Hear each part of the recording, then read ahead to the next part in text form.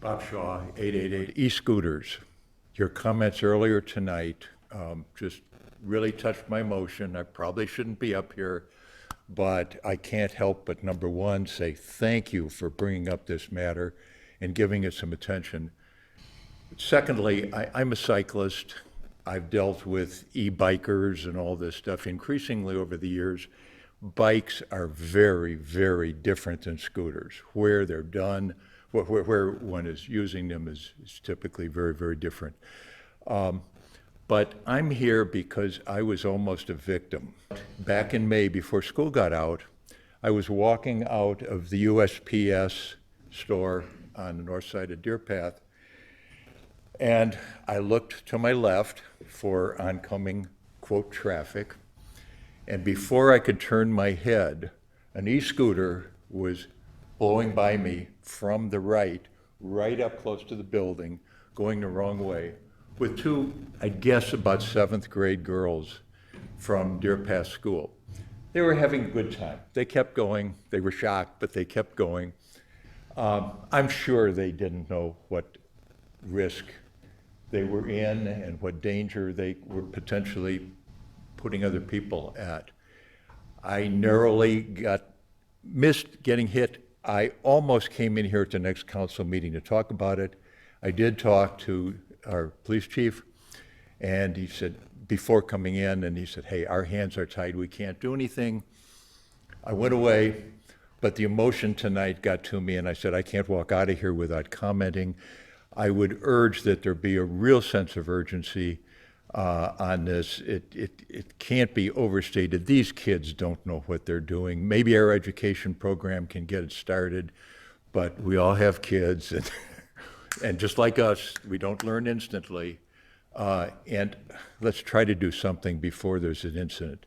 If I could play God, I would temporarily ban them.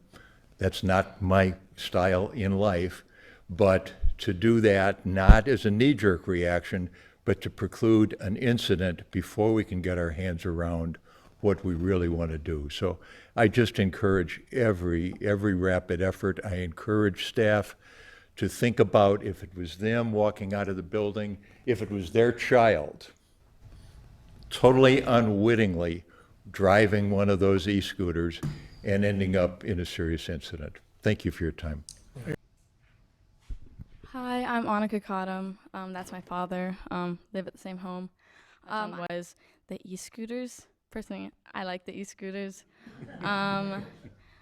Kids will be kids. I understand why people may be uncomfortable with it, and I don't want to unvalidate their feelings, but I think kids can take calculated risk, and I think it's just another step, especially like when we're growing up, we learn how to drive. I think the e-scooter is just a little bit like kind of the before you drive, learn the road, like the rules of the road kind of a step. Yeah. Thank you. Excuse me, Mayor. Thank you. May I ask a question of this young lady? Sure. Thank you for coming up. Do you wear a helmet On the on the e-scooter? e-scooter? It depends. Not really. So no. No. Okay. Thank you. Yes. Does everybody agree with that next step? No, I And don't. if not, please discuss. So, and I appreciate the fact that we look at things in a thoughtful, deliberate way, but I'm having a real difficult time equating an e-scooter that does 25 or 30 miles an hour with a bicycle. I think the end result of a vehicle traveling that fast can be significantly different with a more catastrophic outcome than a bicycle. And I know we're a data-driven organization, but my concern is that the data that we're looking for, the majority of time, is probably not reported. So the data that we're getting, they talk about three types of lies. There are lies, damn lies, and statistics. That data that we're going to get is statistical, but it's not relevant and it's not germane to the situation. My chief concern is not only the children, but also the pedestrians in town, and I think equating an e-scooter with a bicycle is a stretch. And so consequently, I appreciate the will of the council, and wherever we go with this is where we go, but at least my position, independent of that, is that there are significantly more downsides to treating those scooters as simply just bicycles, and I think we should although I think we should do something now, I think we shouldn't limit ourselves to just treating them just as bicycles. And I'm not proposing that we ban them from the community, but I think it's a realistic expectation that some of our residents have, not all, but some of them would say that those e-scooters don't belong in the central business district. And I think that's a worthwhile discussion. I know we're trying to do incremental steps, but ultimately I think that there has to be a realization that it may just be incremental because, again, if this solution does not bear fruit, I think we have to be open to saying scooters are not just like bicycles, because quite honestly, I just don't think they are. I think your suggestion, Mayor Preschlack, is a good one in terms of at least syncing it up with the bike code, but I think that that's falling short of what the expectations are of the residents. So that's all I have to say on that. Sure. Yeah, we can talk more about it. I mean, I appreciate that. I mean, so to be clear, the bike ordinance asks specifically to walk bikes in the central business district, and it establishes right-of-way to pedestrians on the sidewalks. So it's not about equating e-bikes or e-scooters and bicycles. Right. It's actually just establishing the same grace and courtesies that we had to invent when bikes came on the scene 50 years ago. So I wouldn't get hung up on equating the two in terms of a technology. It's really about how we all coexist on sidewalks and grace and courtesy. And I really would ask us to give staff a direction on options so we can do something incremental around syncing up the consistency issue around e-bikes and scooters and bicycles. And we could see how that works for a while. That's option one. Two, we could go right to a ban, and if people are consistent with what your thinking is, then we can discuss that next time. I think the most important thing is that we give staff and the community the sense that this is a big priority for us, and we're gonna evaluate options. I think it's appropriate to do something a bit more incremental to see how behavior changes based on education and light enforcement on regulation.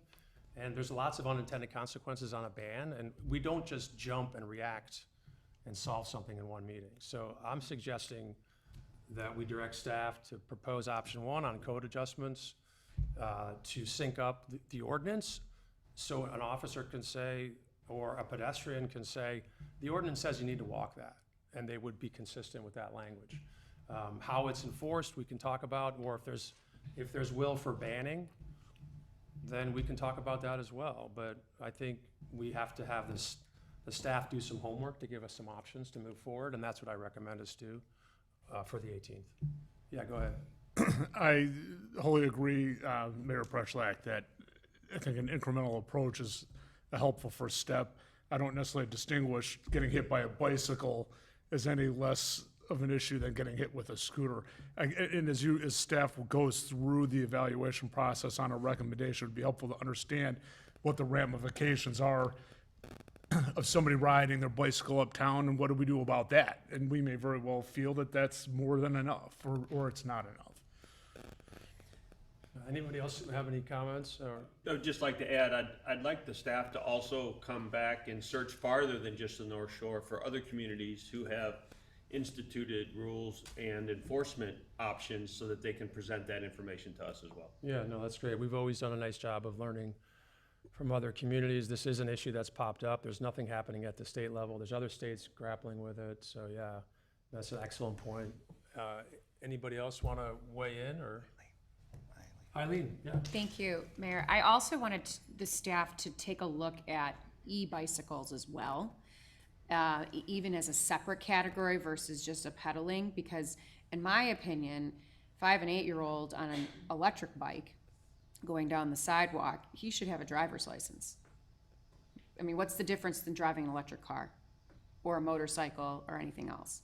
If you're not pedaling and controlling, your mind's not there focused on what you're doing. It's just press a button and you're gone. So I don't know if we can look at separating that, or what other communities are doing. And then my second comment is in terms of enforcement. I think that's the number one. That's great that we're going to put this ordinance out. That's great we have an ordinance. but it's not being followed, and what's gonna be the follow-through that our police department's comfortable with, our community's comfortable with, because there should be consequences if we set rules.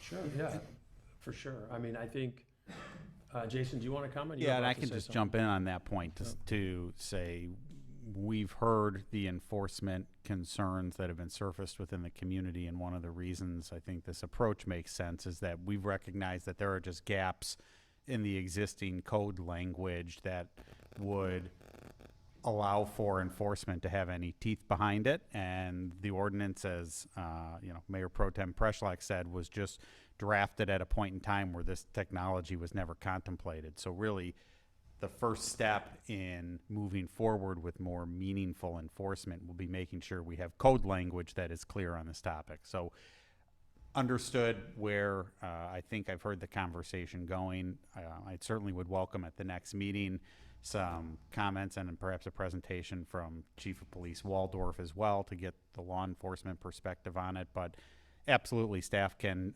draft some proposed language for the council to discuss at the next meeting. Thank you. That's great. Thank you. Any other comments? I just think whatever it is, we need to move forward quickly, because it's just, it's taken too long. So I think by having our city attorney draft something that we can look at that would be reasonable and important at the next meeting is probably the best suggestion. Sure. Yeah, Yeah, it and sounds like the will of the council is to have multiple options. Yeah. Either syncing it up with the current bike ordinance, which does prohibit the actual riding of these vehicles on sidewalks. It yields right away to pedestrians, and you have to be licensed to be on the street in the city business district to be riding a bicycle. And now, enforcement is always, it's education, communication, education, enforcement, compliance. There's opportunity costs, but we'll have to talk about that as a council, right? We'll have to figure out where's the best use of the resources based on, the risk. And if it doesn't change, based on our starting point, we can always ratchet it up. So this is not mutually exclusive conversation. It's really a starting point, and then we can see what happens. And if people feel still at risk, or the issue doesn't dissipate based on education or syncing up the ordinances, then we can take further action. And that's what I mean about a deliberative, thoughtful process. Great. Yeah. All right. Great, well, thank you. Do we need a motion or anything? No, it's just direction. We're not voting on anything, so there's no motion. Is that everyone okay with? Yeah. The conversation? that's good. Great. Did we give you enough direction? Yeah, no, I think it's clear, so we'll take first stab at preparing some draft language, and then, of course, can, amend as needed based on council feedback and conversation at the next meeting. Okay, thank you. Our next item is community, or comments by the city manager and our community spotlight. Great, thank you so much. I have several items under my report for